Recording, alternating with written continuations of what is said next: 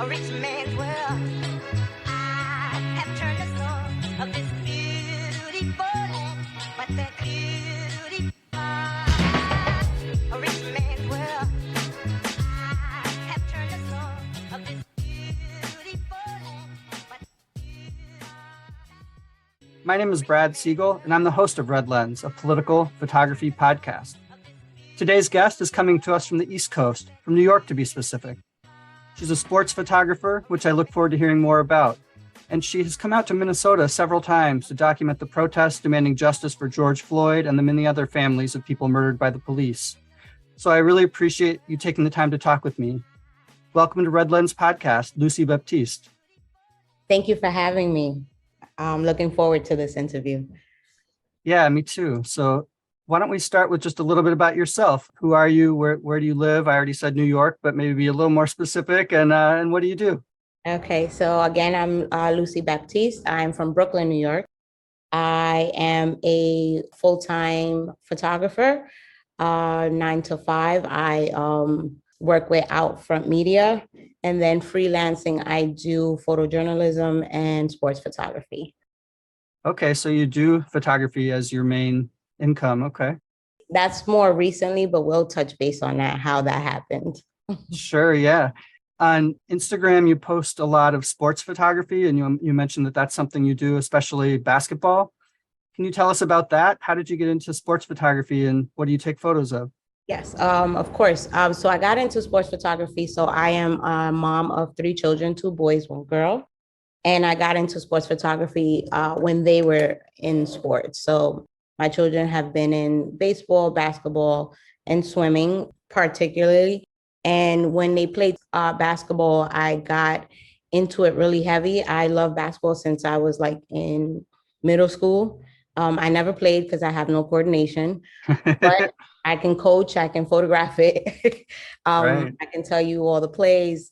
And I fell in love with it. And I fell in love with it documenting my own children because I felt that I wanted to see those later on in life, like see them, when they get older, they'll have memories of sports that they played. And that's how I got into photography. And that was from, I would say 2008, 2009. But it was more so just photographing my children. I didn't go anywhere to photograph any strangers or anyone that I did not know until 2017. So almost 10 years Okay. ago. Wow. Okay. I think that's a common story. I have sort of a similar story of, I had done film photography in high school and, a little bit in college, and then just sort of let it go. And then got my first digital camera when my daughter was about to be born. And so wanted to take, good pictures of her growing up. And yeah, so that's interesting. You started to take photos of your kids playing sports. And so are you a Knicks fan, I have to ask? Oh, I haven't been a Knicks fan since 1998. Oh, yeah. I like to say that I'm a athlete fan. So I'm particularly a KD fan. So I've been a KD fan since he was in the Supersonics. That's 2008. Then it changed over to to Oklahoma Thunder. And when he left, I did not become a Golden State fan. I was just strictly a KD fan. And now he's Okay. here at home with the Nets. I'm still not a Nets fan, but I'm a fan of a player that's at home.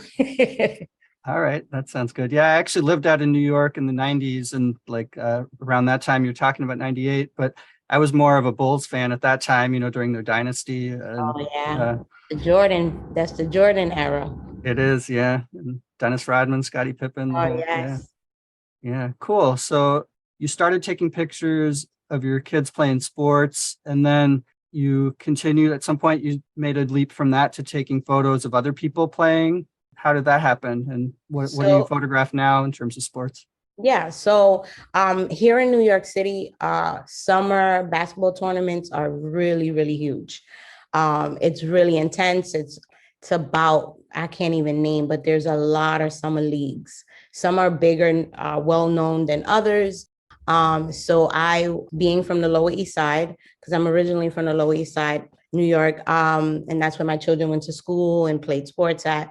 Okay. One of their basketball summer tournaments that is called LES United, the commissioner just happened to ask, see me with my kit DSLR, Nikon kit lens, nothing fancy. Asked if I wanted to just photograph the summer. I said yes. Didn't know what I was doing because I still didn't know composition. I didn't know leveling. I didn't know focus on a player, not the background. There's a lot of things that I did not look, that now I look back and I'm like, wow, this picture is awful. Why did I post this? But I did that, and I did that in 2017. And I was like, okay, that was pretty good. I did it with just one league. Then, so basically what I was photographing is players in action. Maybe every now and then I'll catch a crowd moment. I'll catch a coach in an intensified moment, just, either yelling or excited or, so those were the things that I was focused on catching. And as far as like the players in action, it didn't matter what they were doing. It could be that they were going from one end to the other, dribbling the basketball, someone playing defense in front of that person with the basketball, a layup, a dunk, a three-pointer. So those were some of the things that I was photographing. So you had to you said at the beginning you weren't really sure how to do it, what you were doing. Did you kind of just learn as you went? Did you have to get like different, like a longer lens, or how did you figure out how to stop the motion? They're moving fast, or you don't want them blurry. So I didn't learn that till 2019. So my pictures are awful from 2017, 2018, no. Even some of 2019. But I didn't know. I just was photographing. I wasn't with no real. The things that I'm telling you now in detail are things that unconsciously I was taking photographs of, because as I've looked back, I'm like, wow, I'm focused on this. So I was looking for these type of shots, but it wasn't a main focus. I was just really photographing 2017, 2018. 2018, I ended up doing 2 leagues in the same park, the same thing. My boys played in those leagues as well. So it wasn't just that I was capturing my children, I was also capturing other kids playing in the league. And I didn't. Was this still on the Lower East Side? Yeah, this was still on the Lower East Side. Okay. Yeah. And I didn't expand myself until 2019, where I went to outer boroughs. So I went to the legendary, as everyone knows, Rucker Park. It was very intimidating because I was like, So tell people about that, because probably people out here in Minnesota won't know about that. So Rucker Park is one of the largest, well-known in New York City, East Coast, street ball park, based in Harlem on 155th, on the West Side. And legendary ballers like Pee Wee, so many basketball. Kobe Bryant actually has played. So God rest his soul. He played also at Rucker Park. Michael Jordan, I'm not sure if he ever went to Rucker Park. I might have to research that. So these aren't just like, people who happen to live near the park playing there. This is like world-class players. Correct. Yeah. So a lot of basketball players prior to 2000, I want to say, that was the biggest well-known park. Then Dykeman came up, and that's in don't get me, I can't remember things when I'm interviewing, sorry. So like Inwood area, yes, Washington Heights? There you go. It's in Washington Heights. They got their big momentum, and Rucker Park sort of went to the shadows. Dykeman is really, really a huge park that a lot of people want to be at. They also get a lot of well-known basketball players, not even just from the NBA. There's a lot of pro players that play overseas that come out to play in both these parks. So yeah, so I had my experience 2019 at Rucker, at Dykeman, and Washington Heights. I also went up to the Bronx, where there's also Watson. Watson is known locally, not really so much as big as Dykeman or Rucker Park, but that's another well-known park. And then I also, here in Brooklyn, there's a park called Gersh Park, which we'll talk a little bit later, but I spent my whole summer with them this summer. They're also well-known. They get a lot of pro players as well that play overseas. So 2019 felt really good to me. I felt accomplished. I still also went to the Lower East Side and captured events there. So I was all over the place. I was like an octopus. I was everywhere. And did you share photos that you took with the players? Like, did they see them? Yes. So here in New York City, I think it's basically in the whole basketball community, players, especially like the high school players, they will find you. If they know you were in the park or you were at a gym, they will find you on Instagram and borderline sometimes harass you for photos. They want those pictures. Right? Yeah, they do. They want those pictures. And if they don't, then you will try. I myself tried. I was like, oh, this is a really nice picture. Let me try to find this person and see if they would like the photo. I would share it. So yeah, I would definitely always share it. I would either share it via DM. I also was heavy with Google Photos. So that's how I was able to share a lot of photos so that it wouldn't, because Instagram is getting a lot better, but before it would lose a lot of picture quality if you would share via DM. Yes. So in order for that not to happen, I went the route of Google Drive or Google Photo. And then later on, I learned about WeTransfer and all that other stuff. Okay. Stuff. Wow. Yeah. Are there any particular stories or games that you want to talk about that were really the most memorable for you to photograph? What's funny is I think 2019, so Nike does this tournament called New York versus New York. I got to experience it for the first time in 2019 at Gersh Park here in Brooklyn, New York. And it was their opening day, and it was really good. Like I did not have access to media yet. So I was with spectators. I was on a bench. I was able to shoot from there. And there was the last game, there was a winning 3-pointer.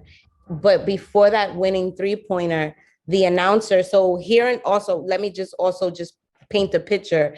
And here in New York City basketball during the summer, it's not just the players going back and forth. You have an announcer who just either cracks jokes or is calling a play or is just giving it more of an entertainment while you're watching these games. So the announcer yells, "Give me 3," and "Give me 3" means it's a 3-pointer is coming. Mm-hmm. So as he yells that, the young man is at the 3-point line, he shoots, and the 3-point goes in. The crowd, because I think they were down by like 2. So the 3-pointer gave them the advantage. For the win. And the crowd went crazy. And it was just a moment that it was just, and then at the time, the song that was popular was "Welcome to the Party," Pop Smoke. And Pop Smoke also is from Brooklyn, New York. The DJ played that and the crowd just went bananas. Yeah, it was really, that's a moment that treasures. And it also gave me a sense of, oh, I want to do this. Like I want to photograph, I want to document basketball in New York City. So you said you were taking photos originally from just the crowd, but did you eventually then get access to be courtside? And I did. Eventually I did. I think it was like during maybe the middle of July. So that game that I'm speaking of was like June of 2019. By July, I was able to get access to get courtside and be, baseline and be able to shoot from inside the court. Amazing. Wow. So switching gears just a little bit, I noticed this summer you posted some really good photos from Honduras. Could you talk about those photos a little bit, like why you went to Honduras and what your experience was there? Sure. So from face value, from looking at me, a lot of people would automatically assume that I am African American. or from a Caribbean that's non-Spanish speaking, but I am Honduran American, first generation here. My mom is Honduran. She was an immigrant here. She immigrated here in 1980, actually when I was born. And so I just gave my age away. Um, and I had never been. I grew up with my mom, but I really didn't grow up with my mom. And any stories that I did hear from Honduras from my mom was always horrid stories, like it's not a good place, it's very dangerous. As the way you look now, how you walking around with earrings and necklaces, you would not be able to do that over there. Like she painted a picture of fear. So for years, I never had any type of care to go visit. My mom this year made 20 years that she passed away. I connected with my older siblings over the last 5 years. And my older sister, she's exactly 10 years older than me. We've gotten really close. And I told her that the next time she goes to Honduras, I want to go. Because she spoke about it in such a different way than my mom did. Okay. She was born there. She immigrated here through her father's side, like in 93. So she's been here for a while, but she goes almost every year back home. So her stories were intriguing and I wanted to know. And she always spoke about my mom's younger sister, who is still alive. I had never met, and they all knew about me. They knew about me and my brothers because I grew up with my three younger brothers. And I said I wanted to go. So the opportunity last year, I believe, like around November, we spoke because my sister actually lives in Houston. She doesn't live here in New York. So we spoke. I told her, I'm like, I'm gonna renew my passport. I'm gonna renew my daughter's passport because my daughter wanted to go as well. And we're ready. I'm like, I'm gonna take this. It's 2022. We should, everybody, we vaccinated, we boosted, even with getting COVID while having a vaccine. I'm all better now. I was like, we're ready, we're going. So I told her, and I think I pushed more for me to go because I think she thought I was not really serious about going. Like even when I sent her my picture, like of my passport coming in, she's like, okay. I said, we're ready. Okay. I said, okay, yes, we're ready. So July of this year, July 18th, actually, I went from July 18th to the 24th or the 25th. It was not enough days. Definitely needed to be there for at least 2 weeks.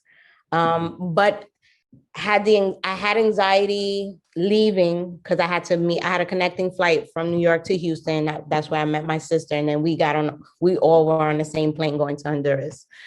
It wasn't until that connecting flight from Houston to Honduras that it was like, oh, I'm really going. Yeah. I'm really going to be here. So I'm like, okay. And then got there, very different. Even just the airport just looks very different. It's still like, how I guess I'm used to like how modern things are in New York City. Right. That when I went to Honduras, I'm like, wow, this feels like Stone Age.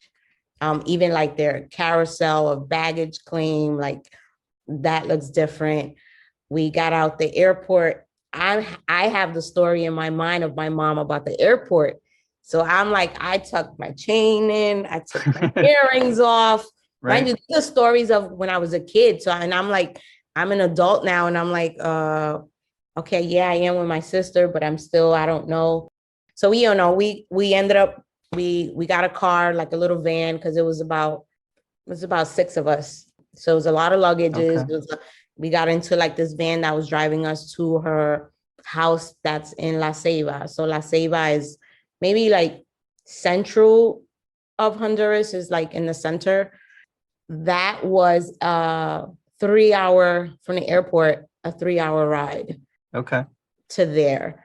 And before I even get to that, the reason why I wanted to go to Honduras was I felt, because I didn't really grow up with my mom, like I grew up half and half. I grew up we were taken away. I was a ward of the state. So a ward of the state means that I was a foster kid because my mom had some demons.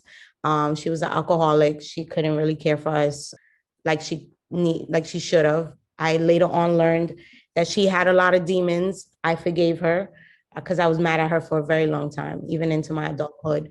But I forgave her because I needed to move on. You know, I couldn't be mad at someone who's no longer here. But I now needed answers. Like I wanted to know why she left there. Like, why did you, sure. you know, what were the things that happened to you that when you came here, yeah, you got that opportunity, but you still messed it up. You developed not a drug habit, but an alcoholic habit. Like she was an alcoholic. She even went to AA meetings. She tried. Me and my brothers went to Al-Anon, and you know, that's for children of families of people who are alcoholics. We tried, but all of that aside, I wanted to know who my mom was, not from what I experienced as a child with her, but who was she? So I didn't get a lot of answers that I wanted, but it was great to be there. The best part of the trip was meeting my aunt, my mom's sister. She's an amazing human being. Like we saw each other and then she didn't know I was coming. It was a surprise. So wow. Yeah, we surprised her. So when we saw her and I got out the car and she's like, and as a child, my nickname was Dulce, which means candy. And she's like, Dulce Milagro. And I'm like, oh my goodness, she knows me. Immediately, she knew? Immediately. And like we hugged, we embraced, shed a couple tears. And then she told me, this is the best gift I've ever received. She's like, my birthday's on Monday. And I was like, wow. Wow. I was like, you know, we were talking, even that night, like she came and she slept in the same room with us, like my niece and I, because my niece and I shared the room, and she slept in the same, we were just talking, like just, you know, I was asking her, I was able to see the house that my grandmother, that I never got to meet. My grandmother raised her children in. I got to see that. There's some photos that I have posted of that house. It's a little brick house. What I did learn about Honduras, it's such a green country. It's so green. The food, I could immediately tell the difference in like freshness. Right. I to this day, I'm like, I'm not a mango fan. Like I'll eat a mango, but I'm really not because I feel like it's a messy fruit. Oh, it's my favorite. Oh my, I was busting those mangoes down. They were so good. They were so delicious. Everything was just so fresh. It was a breath of fresh air. The air was different because here in New York City, everything is so congested and it's so disgusting. Even going to Minnesota is a breath of fresh air. It's like, oh, it's clean here. Okay. Yeah, I have family in El Salvador, and so we go there a lot. And you know, for people who don't know, El Salvador neighbors Honduras, and I definitely hear everything you're saying. Yeah, it was a good experience, but it definitely not going to be the last time I'm going. I will be going back, hopefully next year, and make it a longer trip, for sure. So you went for personal reasons, but also brought your camera and you were able to document some of your family history and some of what you saw. Absolutely. Yeah, that camera I was like, I can't leave this. I have to bring this. I will say there was a point where I was like, oh, see, my mother was right. So we went to a mall, and before we went to that mall in La Ceiba, my sister was like, don't bring your phone, don't bring your camera, I said, like, no, because sometimes there's watchers there. They call them watchers. And they'll approach you with either a gun or a knife or something like that. And I was like, okay, I guess. So I'm like, so that was kind of like, okay, so they are safety concerns when you come here, or you go to certain places, because there were 3 places particularly that I stayed in Honduras, and one of them I mentioned was La Ceiba.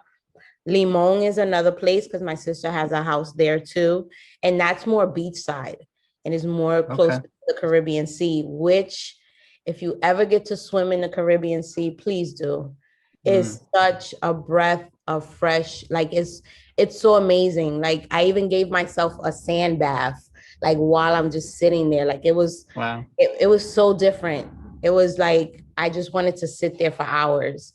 It's so warm. It was really good. To the blue ocean. The Caribbean Sea is a beautiful place. It's a beautiful ocean. So I was where most of, because my family is, so in Honduras, you have what they call the indios, which are more fair-skinned white passing Hondurans, and then you have the Garifunas. We are Garifunas, which are the Afro Latino looking Hondurans. And Garifuna came from St. Vincent because a lot of the Garifuna people were in St. Vincent. And then when all of that slave trading and all that stuff happened, the people from St. Vincent were dropped off in Honduras.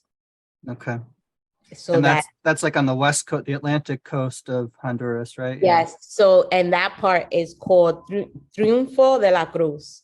And that's where it's so funny because like when we were in La Ceiba and we were in Limon, I was like, can I see more Black people, please?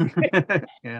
I'm like, where are the Garifuna people? I want to see the Garifuna. And it wasn't until we got to Triunfo, I even felt just a different sense. I was like, this is home.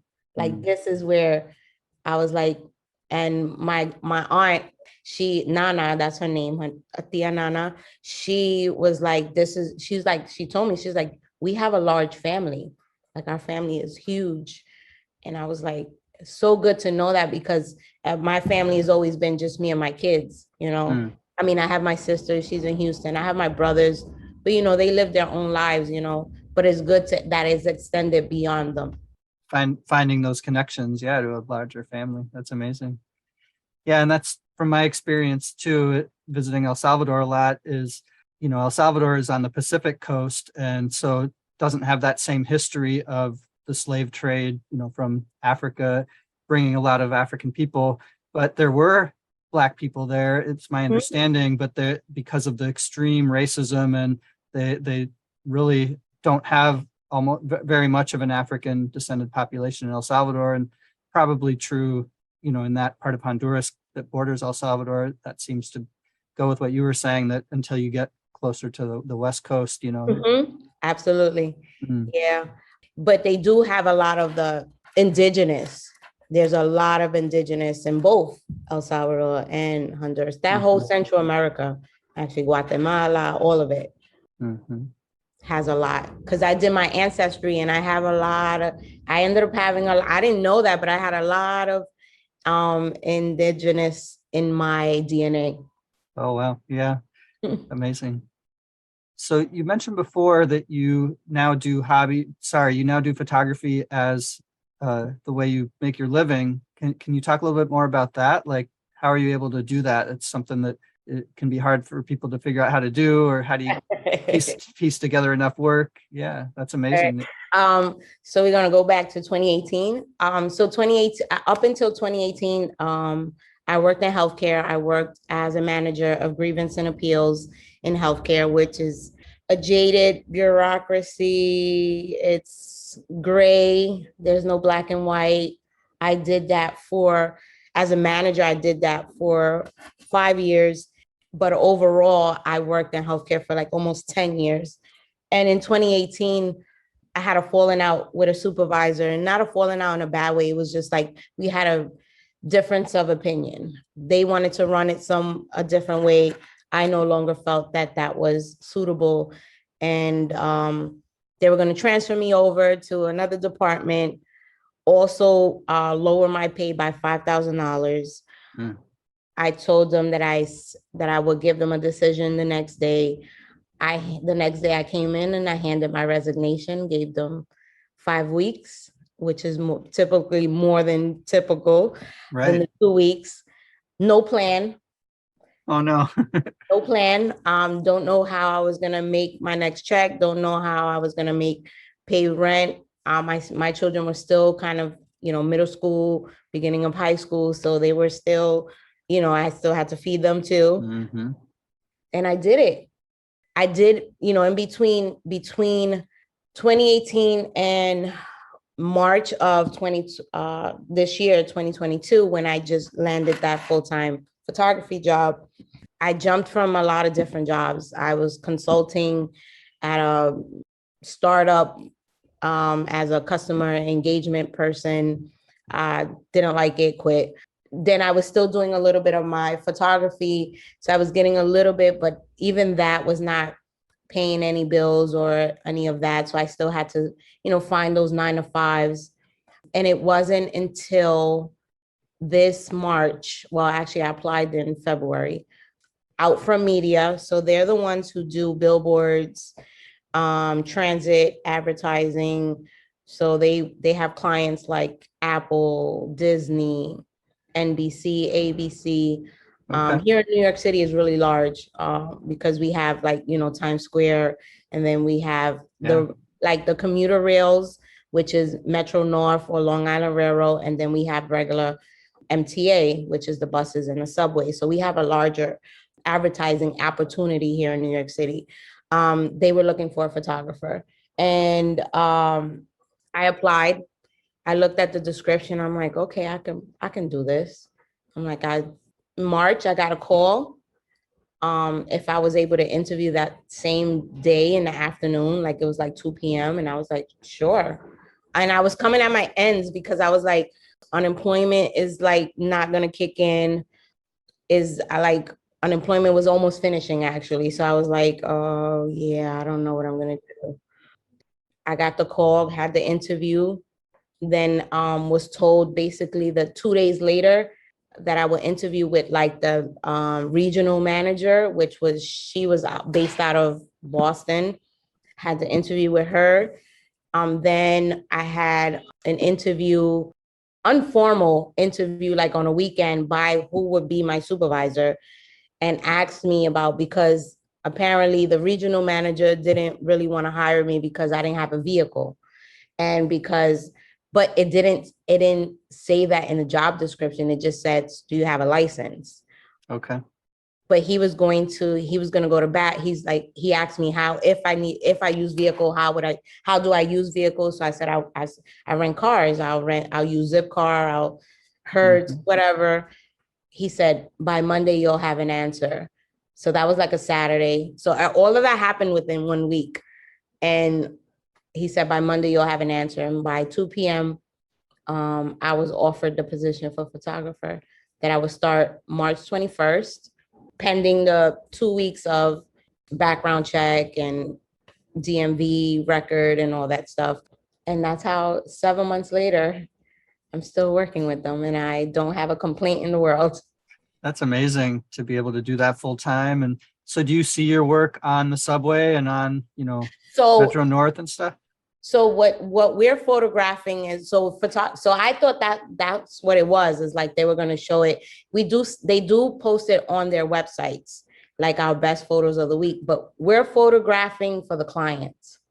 Okay. So that they can see that their stuff is posted, that there's a lot of people looking at it or not looking at it, whatever. Like we need to have the shots with crowds, making sure people is around while we're shooting those billboards or small advertisements. So it's not really for it to be on the subway. It's us photographing for the clients, because I guess it's part of a package that they present to the clients. Like, okay, you give us XYZ dollars, this is what we'll provide you with. And one of the services is photography. Congratulations on getting that job. That's amazing to be able to do photography full time. Yeah. So on Instagram, I noticed you share links to 2 organizations or groups, the Authority Collective and Black Women Photographers. Can you tell us about those?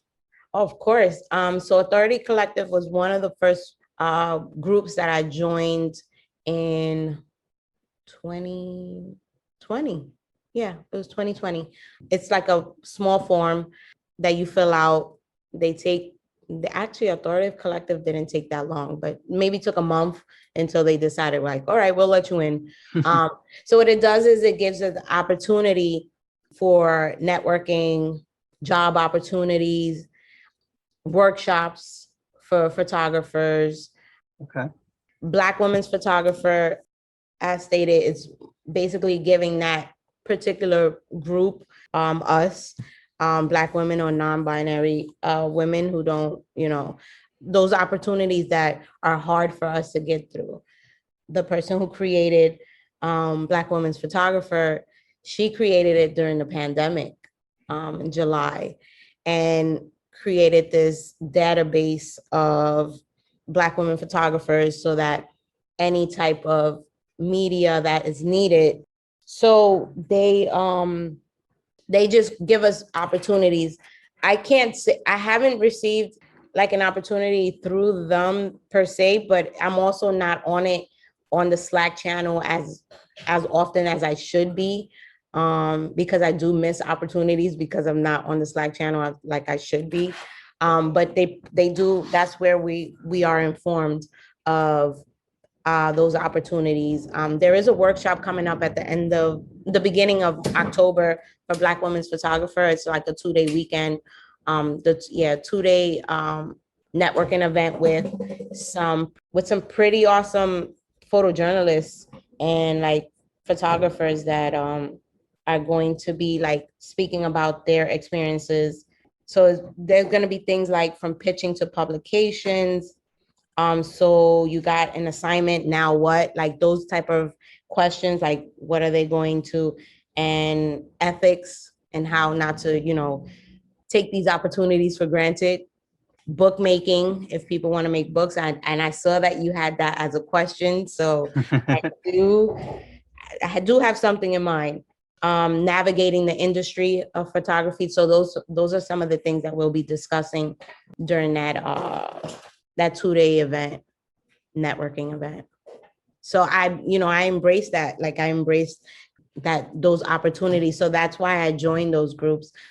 And, I put it on my page so that any other BIPOC or Black woman didn't know that that's available to you as well.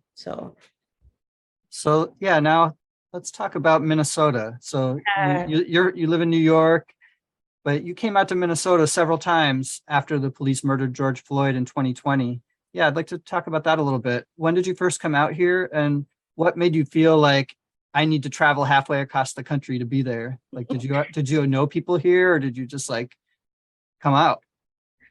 So I remember it was November or October of 2020 when they announced when the court date was going to like start. I was working here in New York City, like documenting the movement here in New York City with NYC protest coverage. And I pitched to the group, like, look what, because a lot of us did not like jet out there during the beginning. We just stayed here local at home because it was just as crazy, but it was much more worse over there. But the uproar and the rage was felt the same over here as well. So most of us stayed here when it first happened.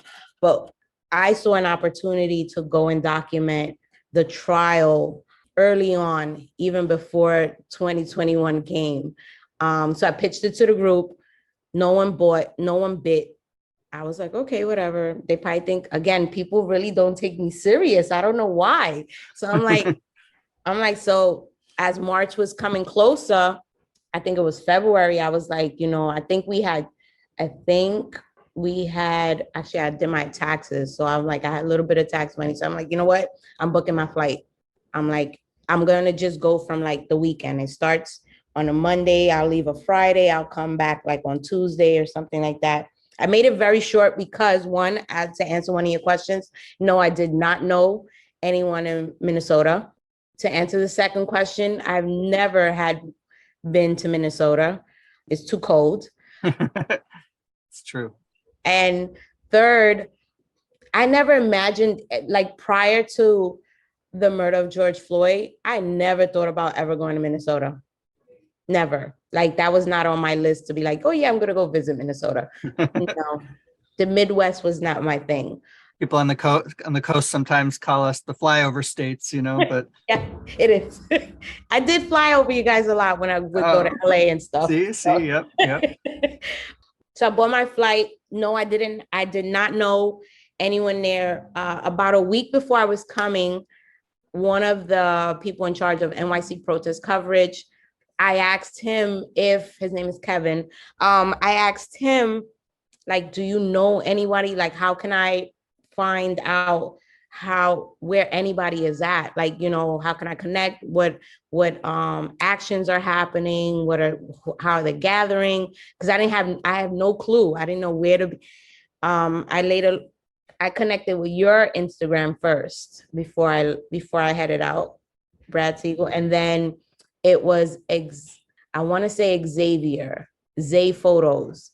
He's a really tall Black guy. I can't remember because I can't get into my old Instagram, so I can't even tell you what his name is right now. Man, don't do that. I'm gonna try to find it. I noticed you created a new Instagram. I guess Yes, that's why you got locked out. Yeah, I got locked out. I can't get in there. I'm trying to, but there's Instagram has their customer service is non-existent.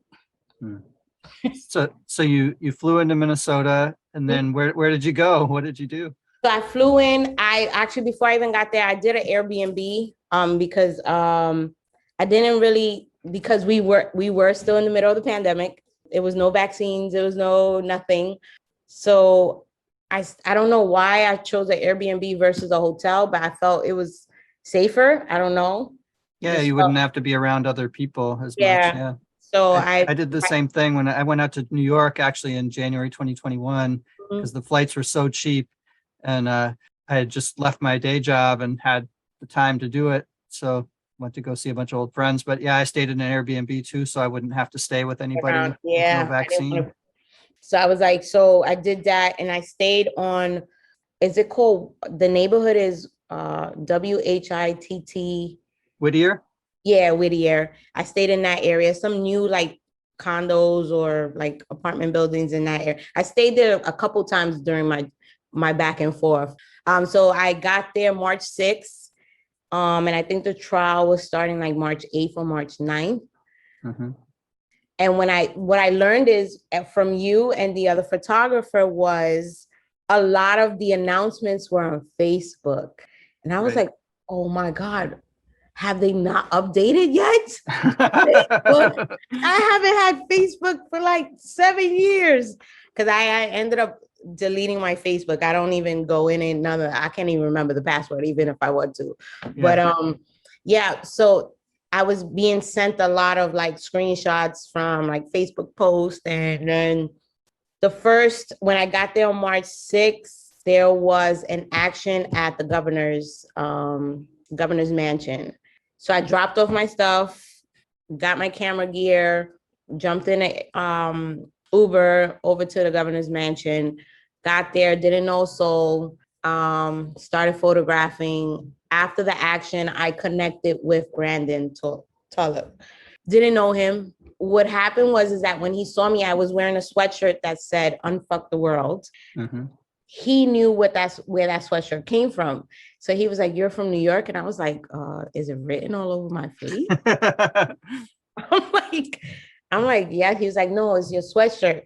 He's like, "I know a friend who met the guy who makes the sweatshirts in DC during the that action they had on MLK anniversary. It was the first, and they made it all, about the unjust killings of Black people that year. I didn't go to that in DC that year. I ended up missing that. But yeah, so he had a friend who met the guy who made the sweatshirt. His name is Adrian. And she's like, "I know your friend." He was like, "Yeah, I know Adrian. Yes. And I am from New York." So Brandon ended up sending me like so many like he was like, "If you want, like I'll send you like just screenshots of actions while you're here so we can."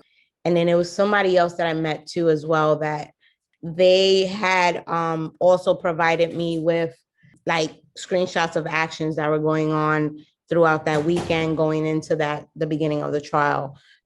And then that's that's how I ended up. So like, and then Brandon just kept introducing me to people. Like Brandon was introducing me to people. I did spend, so after that action at the governor's mansion, I decided to go to the square. At the time, I didn't know it was called the square, George Floyd Square.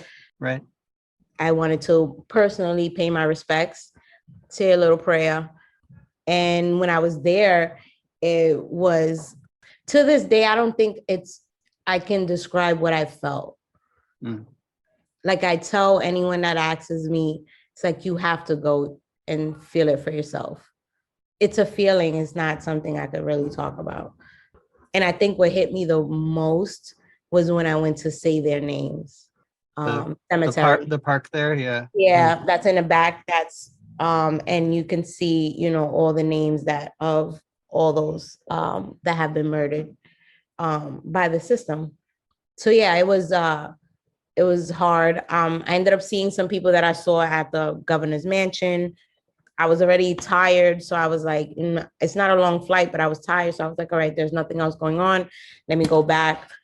And then there was an incident as I was waiting for my Uber at the square where there was gunshots and they flew right over my head.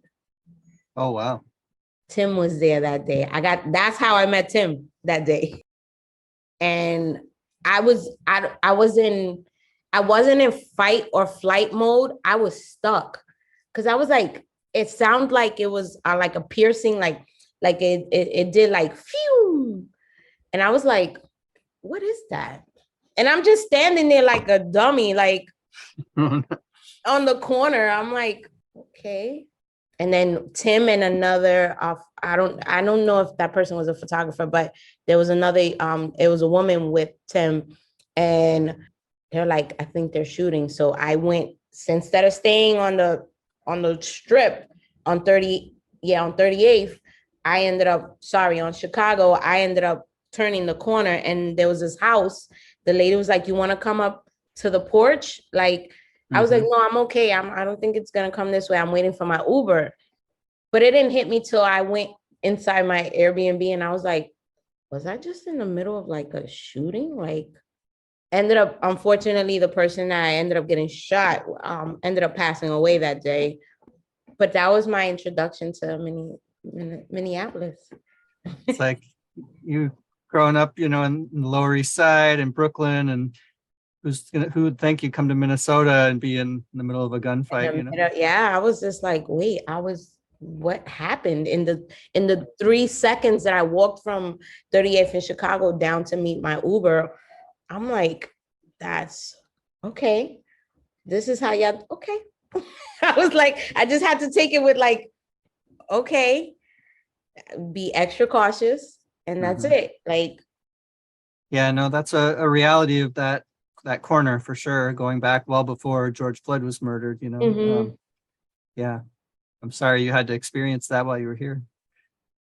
But it didn't scare you away. You came back to Minnesota. Like, when did you come back? And so I've stayed there from March 6th then to March, I think it was 10th, March 9th or 10th I left.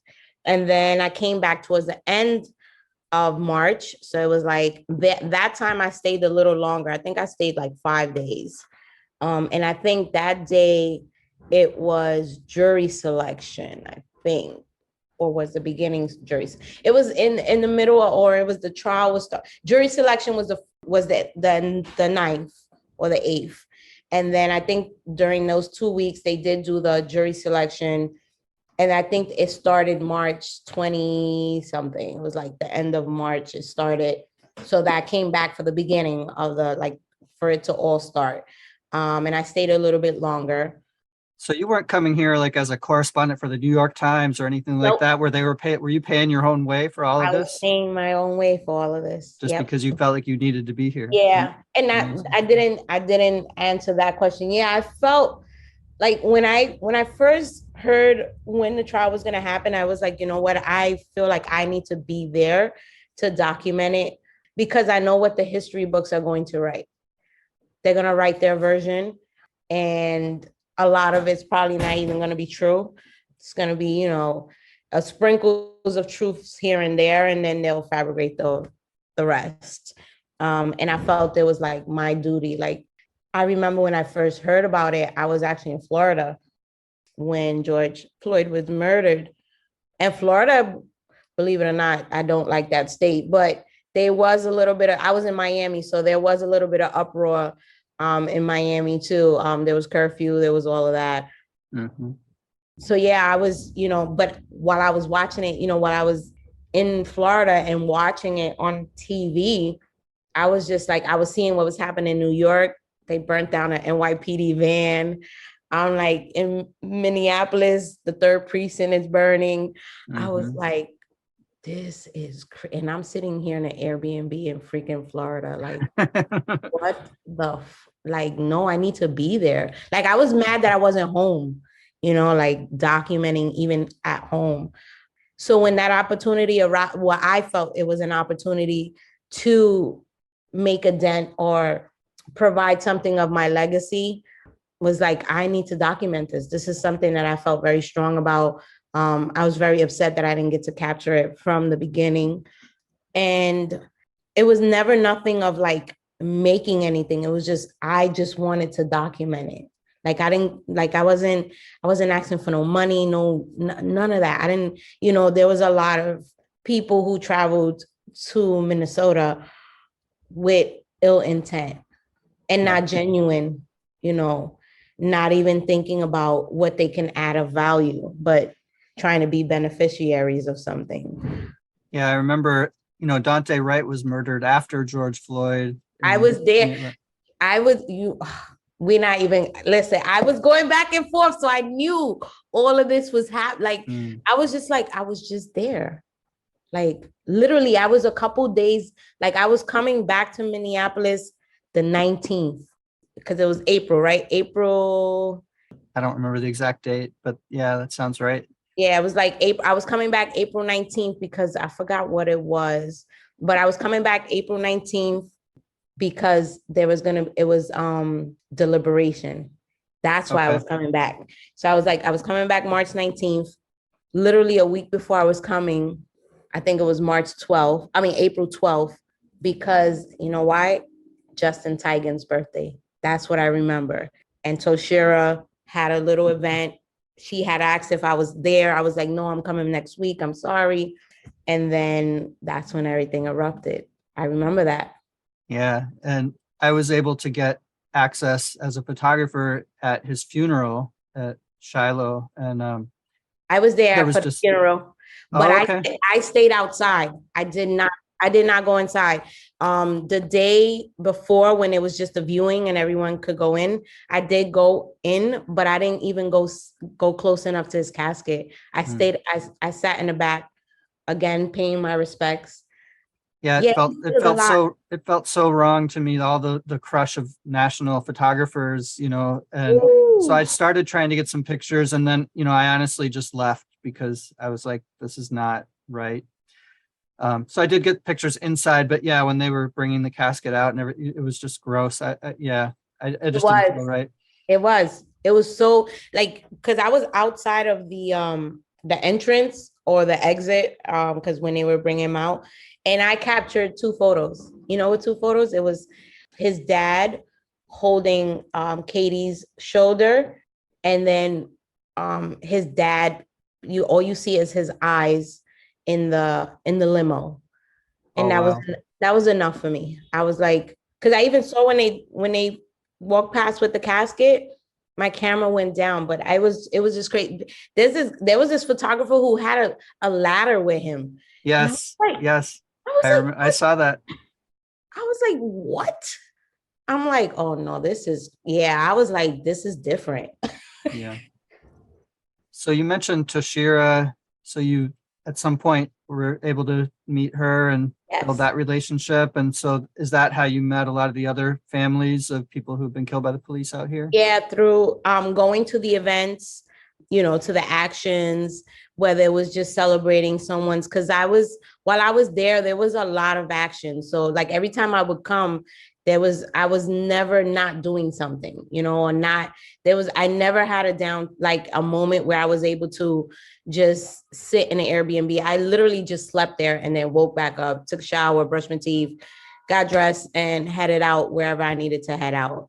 There was a period of more than a year where there felt like there was at least one action every day. Every day.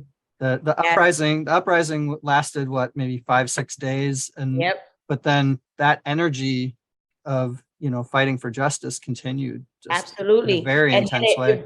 It reignited after Dante Wright too. Like it reignited. I was like, oh my God, you please keep Minneapolis, Minnesota in your prayers, all of that, because I was sitting here watching. I ended up coming a few days earlier, but not. I know one of the questions that you have for me is did I experience any of the tear gas and the harassment from Brooklyn PD? But I did not. By the time I got there, it had died down a little bit. There was still a curfew when you went down to the precinct, to the Brooklyn Center precinct, but people were just, staying out there, putting up the air fresheners by the gate. Mm-hmm. Yeah, but I did not, by the grace of someone, the universe, I did not get to experience that. I did see that on Unicorn Riot, because I was glued to Unicorn Riot on my TV. I was just and I'm looking at, I'm like, oh my God, DJ, oh my God, Markiana. I'm like, oh my God. I'm all these community members that I'm looking at, and I'm like, oh my God, look at them. I'm like, and I'm texting them or sending them DMs please stay safe, please be careful. And of course they couldn't answer me right away, but when they finally did, I was like, okay, good. Everyone is good. I did see that night when Brooklyn Center targeted journalists. That was disgusting. Yeah, one night when I was out there, I was kneeling down in the road to take a picture, and some projectile from the police hit me in the leg. I don't even know what it was to this day, but and I also, there was all the tear gas that affected everybody in those first several nights. But yeah, I was the only one there was no one else near me when I got hit with that projectile. And it seemed to me, it was pretty obvious. I'm kneeling down with a camera. I have to believe that was a targeted, thing, trying to target journalists. But yeah. So thinking about your experience overall of the times you came to the Twin Cities, between when you first came, when the trial was starting, and the guilty verdict for Derek Chauvin, as somebody who's not from here but spent significant time here, I'd be interested to hear your perspective, your thoughts on all that you experienced here. What I experienced was a breath of fresh air. And I say that in a sense because here in New York City, I felt the movement was starting to be a lot performative, instead of really about doing something, about really wanting some change. So deciding to go to Minneapolis, Minnesota I felt for me was something that I did right in order to stay engaged in this movement and be able to document the community. The sense of community was very, it was good.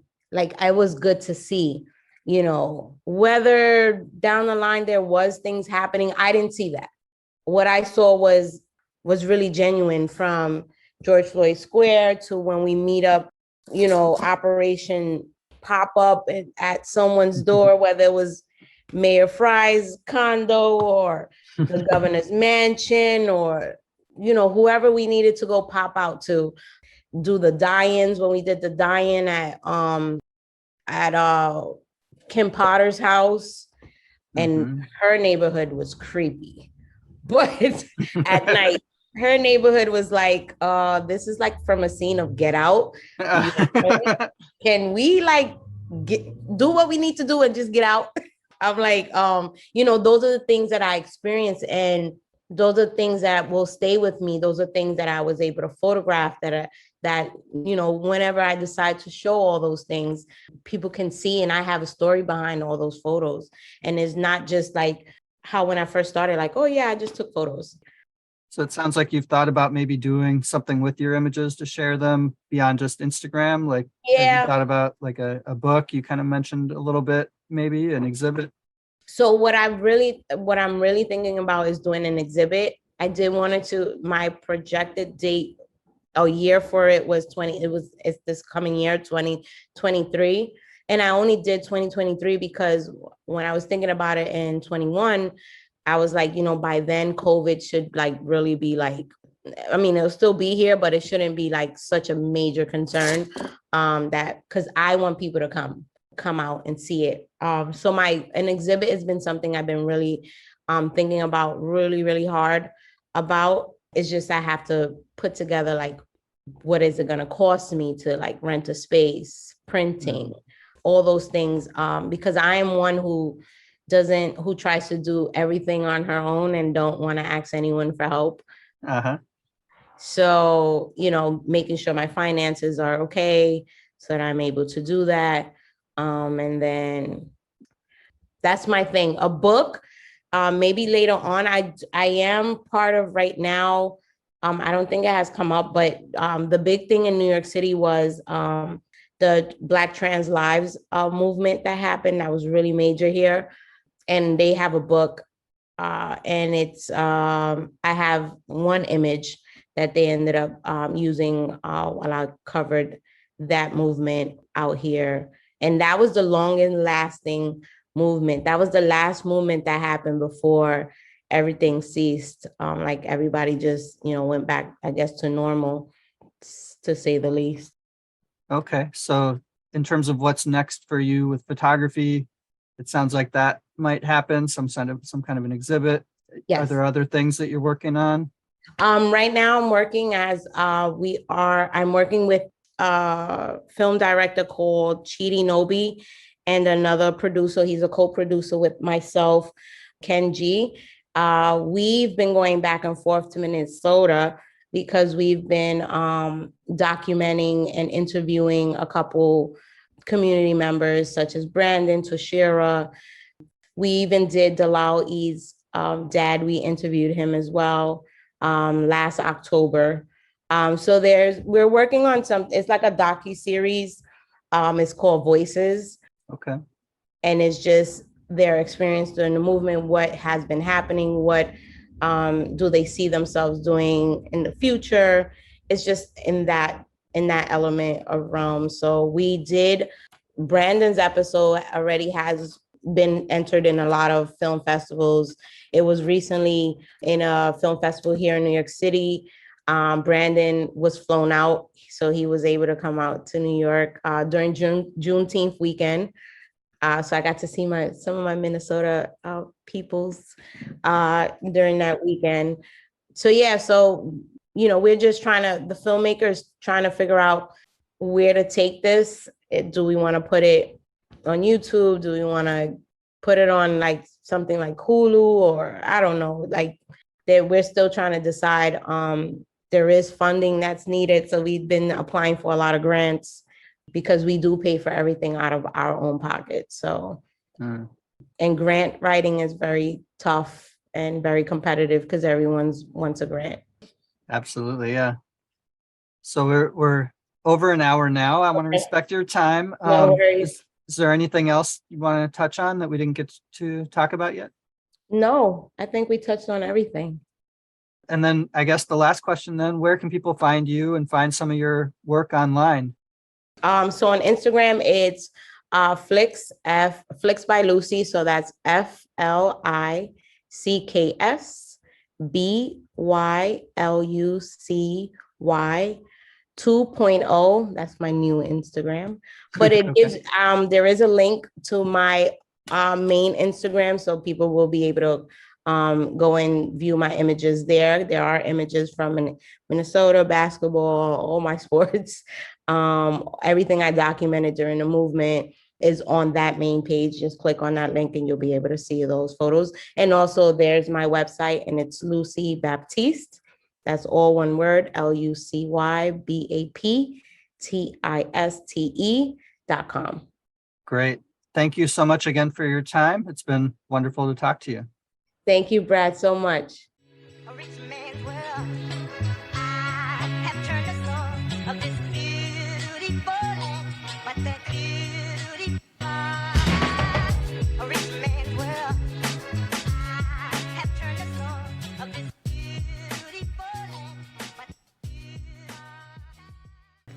You can support Red Lens Podcast by supporting my Patreon. Go to patreon.com/SiegelPhotos,